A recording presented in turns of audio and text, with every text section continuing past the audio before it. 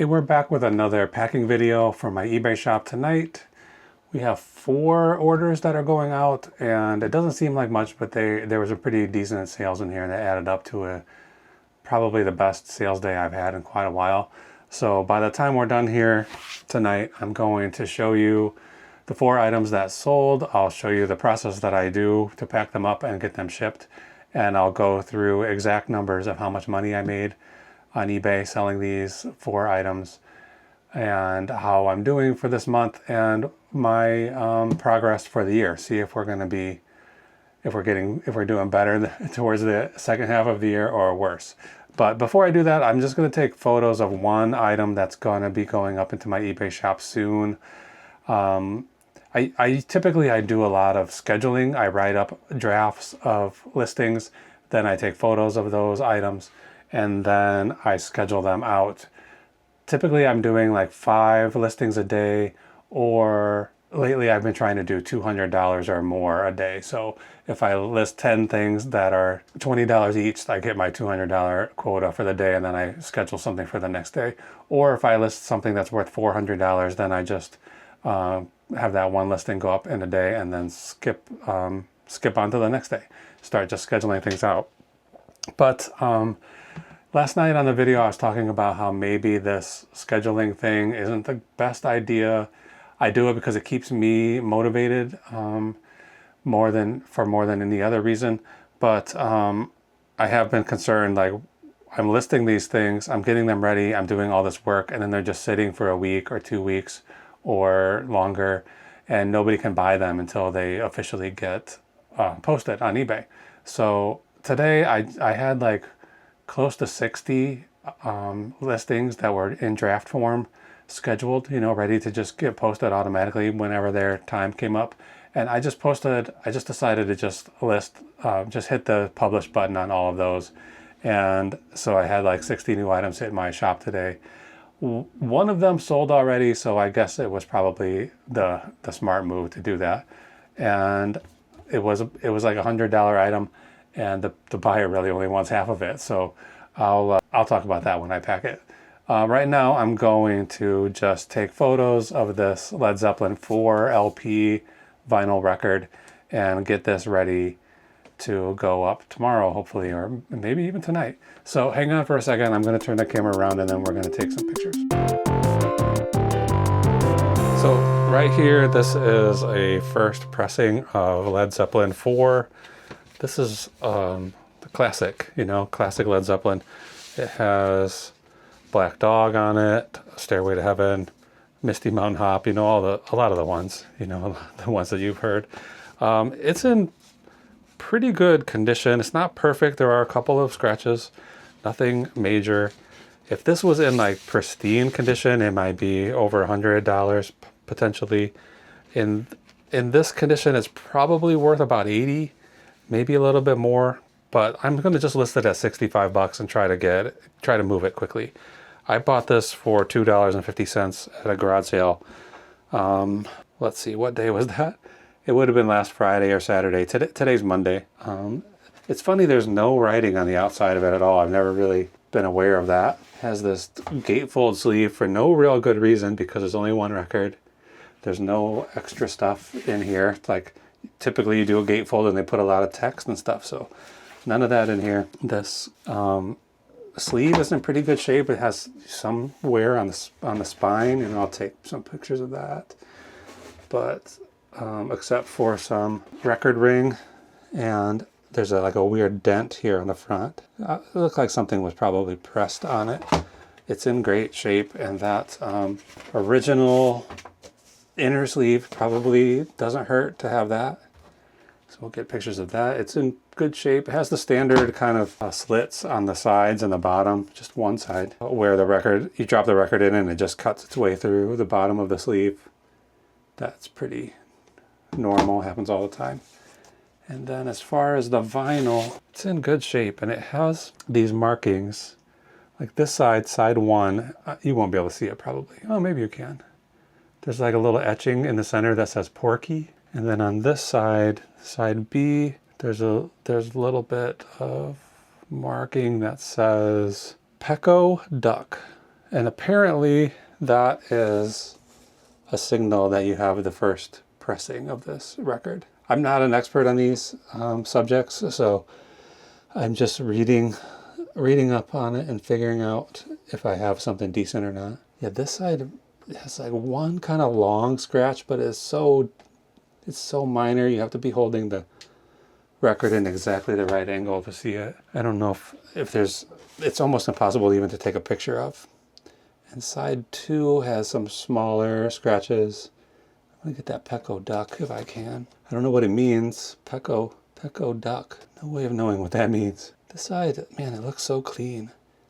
Maybe I should raise the price a little bit. Not that I'm looking at this under these bright lights. I'm thinking I might raise the price to 75 or something instead of 65. I don't want to get greedy, and I want this thing to sell fast. I don't want to be sitting on this stuff forever. So I think that's my biggest problem. It's like I see what stuff sold for, and I want to get maximum profits on things, and then I put a price that's a little too high, and it sits and sits and sits. But I'll just leave this at 65. If I paid $250 for it and I can sell it for 65, then I'm going to be happy with that. Okay, that's it. I'm going to put this on the shelf, and then I'm going to cut the camera. When we come back, we're going to be packing up tonight's orders. Okay, I pulled the 4 items that are going out tonight. The one little tiny one, and then a few kind of larger ones. So let's just start with the tiny one. And this is a remote control. I forget what it's for. Let's find out. I'm just looking through the eBay app to get to my sold items, which are right here. And let's see. This is for an Emerson ceiling fan. So I bought a whole bag full of remotes at an auction for $5. And they were in really very dirty condition. I cleaned them up, and I saw from the photos on the listing that some of them were unusual. They had like screens on them. They just look different from TV remotes. And I'm usually, if I'm looking at remotes, I'm looking for ones that seem weird somehow. They usually are specialized, and the person who needs it just really needs it. They have nowhere else to get it except for eBay, and they just need to buy it. So I was taking a risk that $5 was going to pay off, and it seems like it did. Like already, I think I sold this one for, I know what I sold it for, $35. 35 bucks for one remote. I have a few others that are like probably $24 each, and then some that are like $10 each, and then a bunch that just went in the garbage that just didn't work, or if I was gonna, there's no way I could sell them. You know, they just weren't worth anything. So I probably got like, there were 20 remotes in that box, and I probably got 9 to 12 that are worth selling. And this is the first one that sold, and clearly already made all my money back. And I'm in the profit already just selling one of them. So I'm not going to get rich off this box of this bag of remotes, but I'll make 70 bucks maybe by the time I've sold them all. Okay, let's write on this box what's in it, remote, how much it weighs, which is going to be, here's my scale, 7 ounces, and how big it is, 8 by 7 by 5. And then the initials of the buyer, which helps me match up the label, the shipping label when I print it, AR. So I sold a remote yesterday for like $8.99. That it wasn't from the same batch, but I did sell it, and I just put it in a envelope, a bubble mailer. This one, $35. I feel like it's worthy of putting it in a box, and it's not really adding much to the cost of shipping. So it's gonna get there safely, and then I won't have to worry about it at all. Okay, right here, this is the one, I just listed this today as this set, these 2 Cobra CB radios for a car.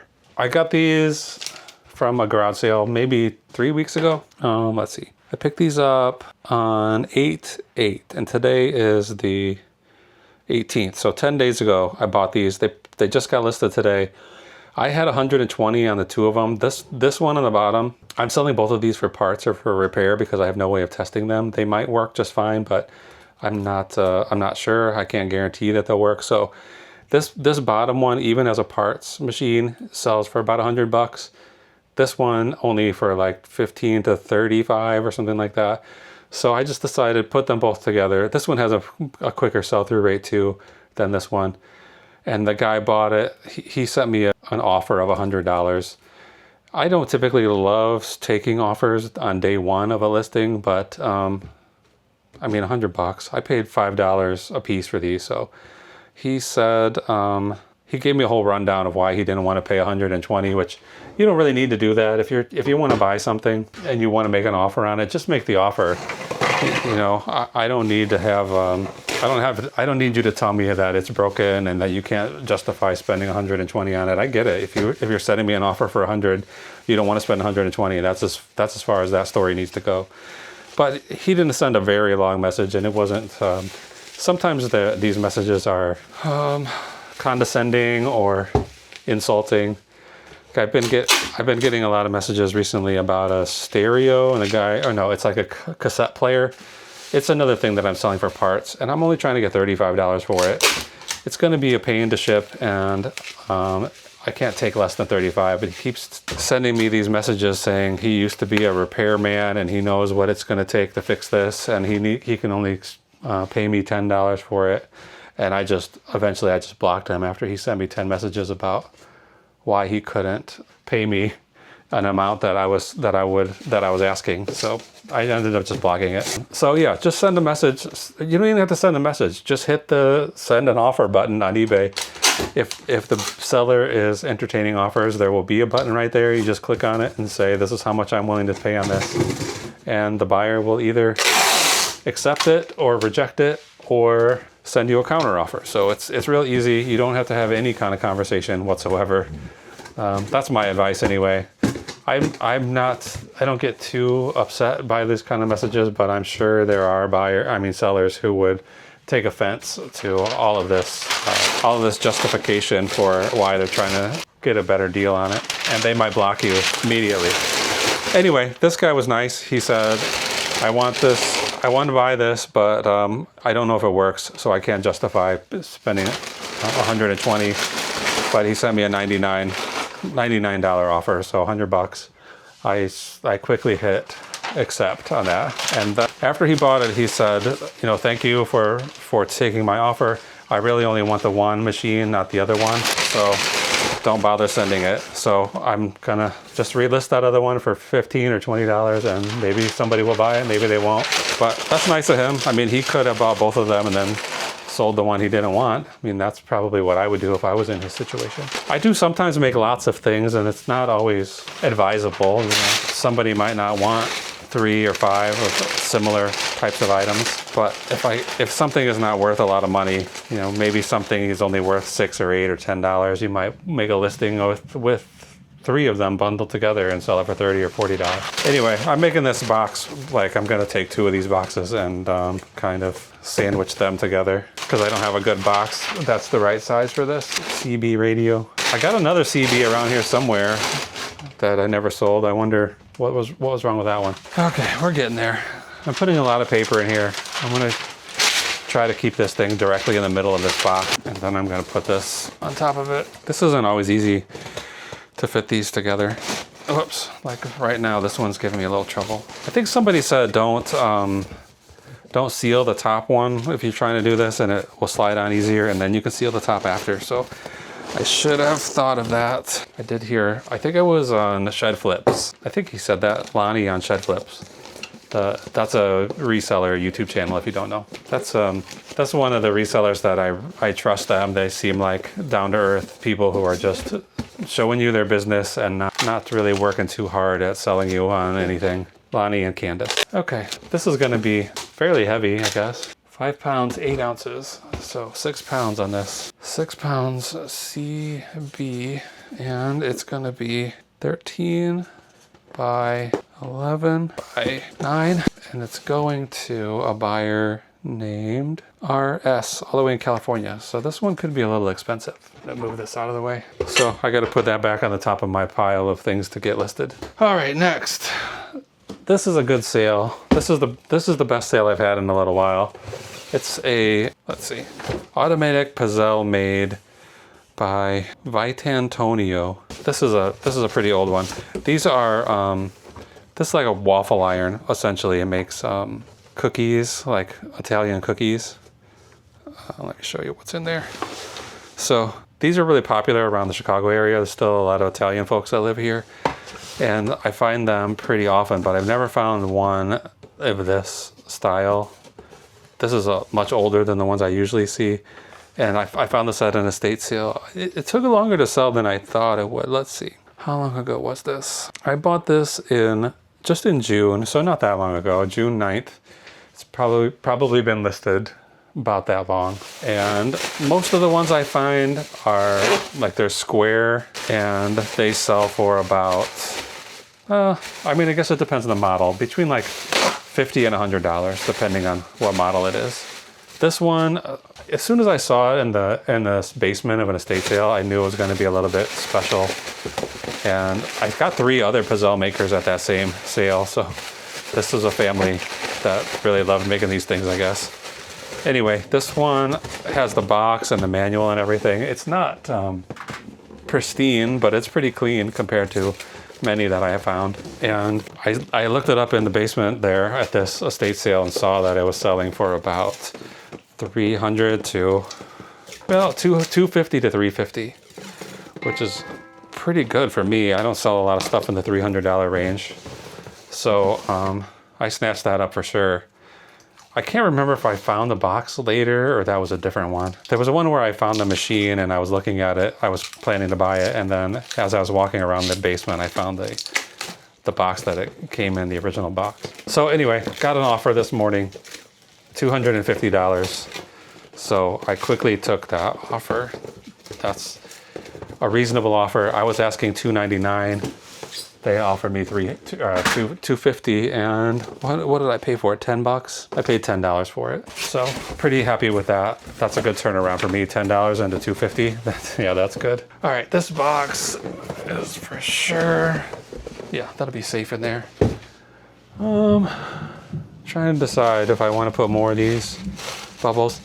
I don't know if you can hear that thunder. We're back into thunderstorms the last few days, and our dog is struggling with it, but he is on quite a lot of medication these days for it. Just for like the past few weeks, we've really been putting him through it pharmacologically. So we're testing these different medications out, and it seems like right now he's, if you watched previous videos, you might have seen I made I'm working on like a soundproof room for him, and it's just around the corner here. He's in there right now with my wife, Jessica, and they seem to be fine. So, I mean, this thunder is loud and scary, but he's not getting worked up like he usually is. So it's probably some combination of the medication and the soundproof room keeping him under control. But I think it's gonna be storming all night, like until 7 in the morning. So she's talking about sleeping down here. It's a pretty small space and not the most comfortable to be in, so I don't know if she's going to be able to do that or not. But if he's getting through this right now, I feel like we're hitting on a winning strategy with these medications. We just have to make sure to give them to him when we know there's storms coming. And it isn't always easy to know when those storms are coming. I'd say the accuracy of the weather apps has really taken a downturn over the last 6 months, and I have my fingers I could point at the reasons why that's happening. I feel bad leaving these big packages. It's possible this one will go FedEx. Well, it's possible a couple of these will go FedEx, but we'll find out when I'm buying the labels. Okay, that's as safe as it's gonna be. So yeah, I don't like to leave these out on my porch, these big ones for my carrier to have to pick up and carry. I feel bad making her job hard, but this week, I guess she's on vacation. Every day for the last week, and then it's only Monday now. There's been different carriers here picking up the packages, and I talked about it last night how I was going to ask at the post office if she was okay, because typically in the past when she's gone on vacation, she's left me a note to say, you know, somebody else might come for your packages this week, or you might have to bring them in this week because I'm going to be on vacation and there's nobody else that's going to come and pick them up. And I don't mind doing that if I have to. All right, I usually don't do these corners like this, but this one is relatively heavy, a little bit unwieldy, so I'm gonna go ahead and do them. So anyway, tonight I got home, it's like 5:30. I see that my packages are still on the porch, so I was worried that she was right. And, you know, somebody is not coming to pick these packages up like she told me the last time she went on vacation. So I threw them in the car quickly, and then I was just getting ready to drive away when another carrier showed up to get them. So I carried them to the car, to the truck for her, and got them out on their way. So I'm glad she came. I did not want to have to go to the post office tonight with this storm coming, and I needed to get Pineapple out for a walk before the rain got here. So anyway, they're out, they're gone, but this is gonna be a pain for somebody to have to carry off of my porch, you know. All right, let's get this. Let's just measure it now. 20, so yeah, this will just go regular post office. Probably 20 by 14 by 12. It might end up going to the FedEx. We'll find out. 8 pounds, 11 ounces. We'll call it 9 pounds. And it's going to, where's this going? Not very far, staying in Illinois. It's going to CC. Those are my initials, but I'm not buying that. All right, the last thing here, this is going overseas. I'm not sure where, but it's going through the eBay International Shipping Program. It's an old Coleman party stacker cooler. I see these kind of things kind of a lot, and I know some of them have some value, but they just take up so much space in my my inventory here. I just don't have room to keep them all. This one, I think it sold for $45, so it's not an incredible value. $45.99. I paid $9 for it, so it's not bad by any means, but I'm looking for a better multiplier than that for something that's going to be a little bit of work and take up a lot of space. But it is pretty cool. I like it. That's probably why I bought it, just because I liked it. So I'm going to do a similar thing with 2 boxes like I did the other one. I'm putting this paper in here. I don't know why. It's not really necessary. This thing isn't going to get damaged in shipping, but it is going. Let's find out where it's going. It might just be going to Canada. Okay. EIS, show recipient address. Oh yeah, it's just going to Canada. In this case, the international shipping people probably won't even open it. You know, some countries, they open things to make sure they are not contraband in that country.